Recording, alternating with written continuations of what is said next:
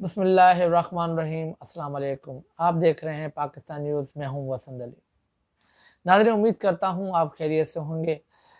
आज बड़ी डीजीआई और डीजीआईएसपीआर ने आज मिलकर एक कॉन्फ्रेंस की। इसकी क्यों ज़रूरत पड़ी और उसके बाद फैसल वावडा ने इससे पहले जो कॉन्फ्रेंस की उन वो क्यों फ्लॉप हुई, और तीसरा जो है गवर्नमेंट किस वजह से फ्लॉप हुई, ये तमाम तर डिटेल मैं आपके साथ शेयर करूंगा। सबसे पहले मैं आपको बताना चाहूँगा फैसल वावडा की जो प्रेस कॉन्फ्रेंस है वो फ्लॉप क्यों हो गई, और जो डीजीआईएसआई और डीजीआईएसपीआर उनके बाद क्यों उनको ये ज़रूरत महसूस हुई कि हम जो है प्रेस कॉन्फ्रेंस करके उसका जवाब दे दें।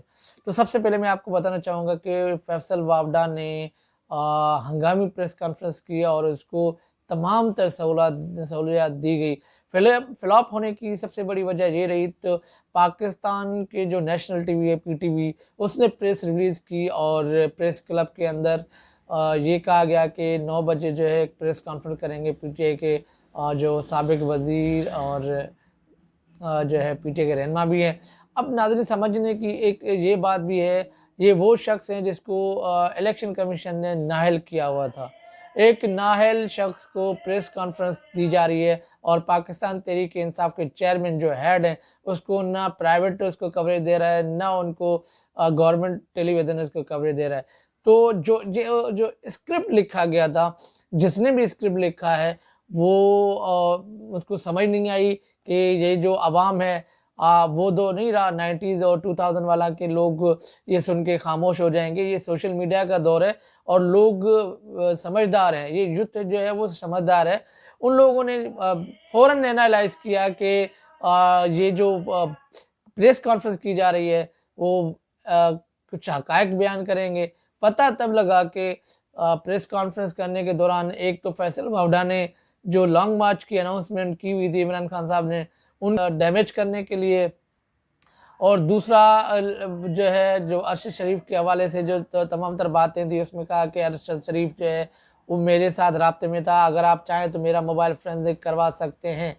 और उसमें ये कहा कि अरशद शरीफ को किसी ने दुबई से नहीं निकाला, उसका वीज़ा जो है एक्सपायर हो गया था। नाज़रीन, ये जो वीज़ा की बात हुई है उसके बाद इसके बाद लोगों ने इसको इस तरह देखा और सवालात भी उनसे किए गए कि इनका मकसद क्या था प्रेस कॉन्फ्रेंस का। मैं नाम लूँगा और ये ना एजेंसियों ने कोई काम किया है, ना किसी अपोजिशन ने काम किया है। अब किसके नाम लेने वाले थे, मतलब अपनी ही पार्टी के ऊपर इसने जो है नज़ला गिराने की कोशिश की। उसके बाद लोगों ने जब जज किया तो कुछ बातें मुझसे मिल नहीं रही थी, कुछ चीज़ें मतलब मुख्तलिफ हो रही थी। और सबसे बड़ा जो मसला था कि गवर्नमेंट टेलीविज़न कवरेज किस तरह दे सकती है। तो ये प्री प्लान जो है प्रेस कॉन्फ्रेंस थी और ये स्क्रिप्ट जो जिसने भी लिखा था उसको समझ नहीं आई, या उस हुकूमत को नाकाम बनाने के लिए ये चीज़ें की गई। कुछ तो ऐसा हुआ है, ये मौजूदा पीडीएम को नुकसान पहुंचाने के लिए भी फैसल वावडा को इस्तेमाल किया गया, और इसमें इमरान खान को कोई नुकसान नहीं हुआ, ना ही उनकी लॉन्ग मार्च पे कोई ऐसा जो है असर पड़ेगा, क्योंकि इस टाइम लोग थक चुके हैं इन लोगों से जो 3-3 मरतबा के जो वज़रा हैं, वज़ीर आज़म रह चुके हैं, हुकूमत में रह चुके हैं। जो लोग एक इदारे को ठीक नहीं कर सकता वो मुल्क को क्या ठीक करेंगे। तो आवाम सुन सुन के ये थक चुकी है।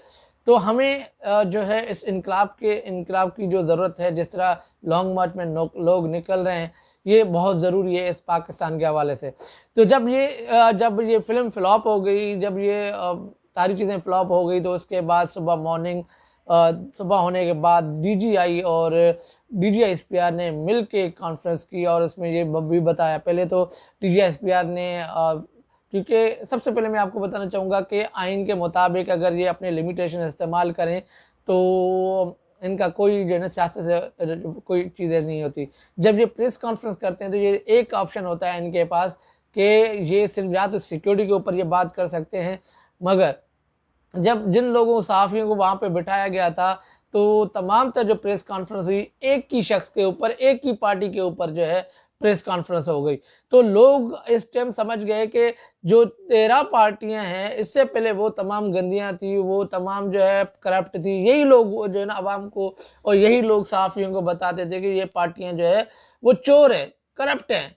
तो उसके बाद अचानक ऐसा क्या हुआ कि वो लोग जो है अच्छे हो गए और जिसको ये लेकर आए वो बुरा हो गया।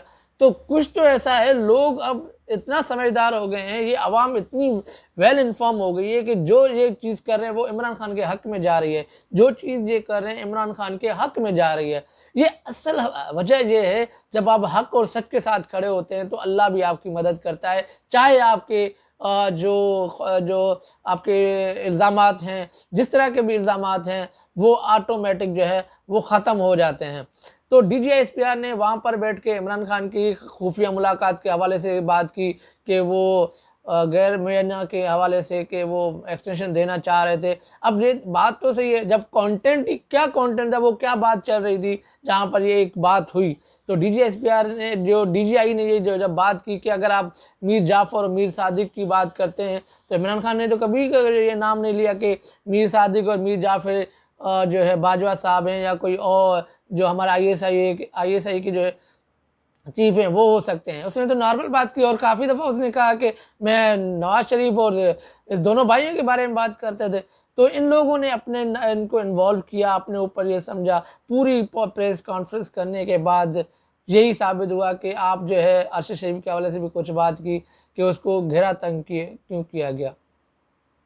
और उसके बाद जो है अब सबसे पहला सवाल तो ये है कि DGISPR से पूछना चाहिए कि 16 FIR किसके कहने पे काटी गई, और आखिरी दहशतगर्दी का जो FIR थी जिसकी वजह से उसको भागना पड़ा, शहीद अरशद शरीफ के ये जो 16 FIR है, सबसे पहले इन 16 लोगों को पकड़ो, 16 लोगों को सामने लेकर आओ कि आपने अरशद शरीफ के हवाले से क्यों FIR कटवाई थी। सबसे पहले तो यहाँ से इन्वेस्टिगेशन करें कि इसको मुल्क से जाना क्यों पड़े।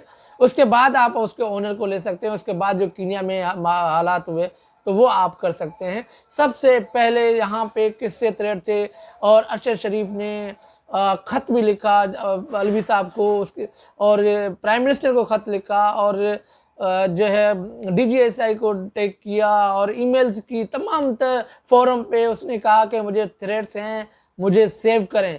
किसी शख्स ने उसकी एक बात नहीं सुनी। जब आज इस दुनिया में वो नहीं रहा, इस मुल्क के सच बोलने की वजह से आज उसकी जान चली गई, और एक शख्स जिसका बेटा है, जिसका बाप है, जिसका भाई है, जिसका हस्बैंड है, उनके फीलिंग्स से आप महसूस करें कि उनके घर में क्या हो रहा होगा।